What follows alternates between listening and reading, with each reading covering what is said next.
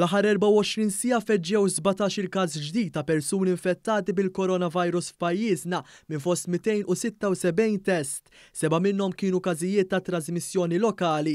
F'konferenza tal-aħbarijiet is-Supredendent tas-Saħħa Pubblika l-Professur Charmaine Gauci qalet li issa l-każijiet ta' coronavirus f'Malta telew għal 90. Il-pazjenti kollha jinsabu fi stat tajjeb ta' saħħa filwaqt li l-anzjan ta' 61 sena li qed fit-taqsima tal-kura intensiva jinsab f'qagħda stabbli. 10 minn dawn 17 il-każ ġdid huma relatati ma' safar. Bħalma taraw issa iżjed ma jgħaddi żmien dawn iżjed dejjem jibdew jonqsu għaliex issa ingħalqu wkoll il-flights, allura mbagħad aħna l-istrateġija tagħna tibqa' għaddejja biex inkomplu kemm jista' jkun innaqsu dawk il-każijiet ta' trasmissjoni lokali. Il-każijiet li ġew trasmessi mis-safar jinvolvu tfajla Maltija ta' 18-il sena u raġel Malti ta' 73 sena li siefru l-Ingilterra. Żewġ każijiet li huma relatati ma' safar fl-Italja ta' fuq huma raġel Żvediż ta' 50 sena li jgħix Malta u Malti ta' 22 sena. Irriżulta fil-pożittiv ukoll tifel Ungeriż li jgħix Malta li kellu missieru l-Ungerija u aktar xħal infezzjoni minn għandu. Każijiet oħra li ħadu l-virus mis-safar huma ta' Finlandiż ta' 24 sena li jgħix Malta u li siefer Vienna, Malti ta' 51 sena li ġie mill-Marok u żewġ nisa Maltin ta' 26 sena u 46 sena rispettivament li kellhom kuntatt ma' persuni li riżultaw fil-pożittiv. Ġiet infettata wkoll mara Maltija ta' 55 sena.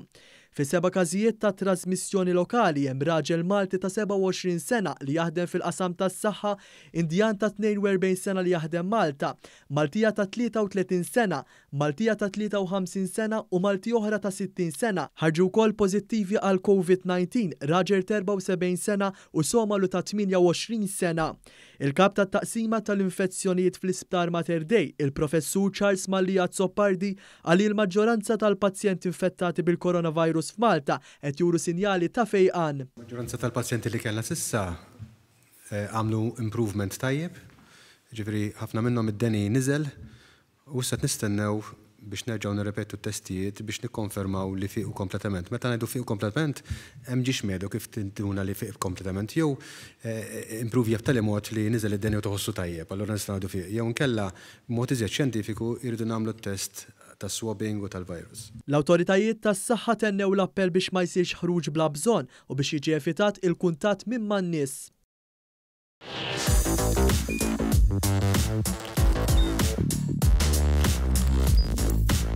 Idħol fuq one.com.mt u hemmhekk tista' tara l-programmi kollha li jxandru fuq One permezz ta' One Play.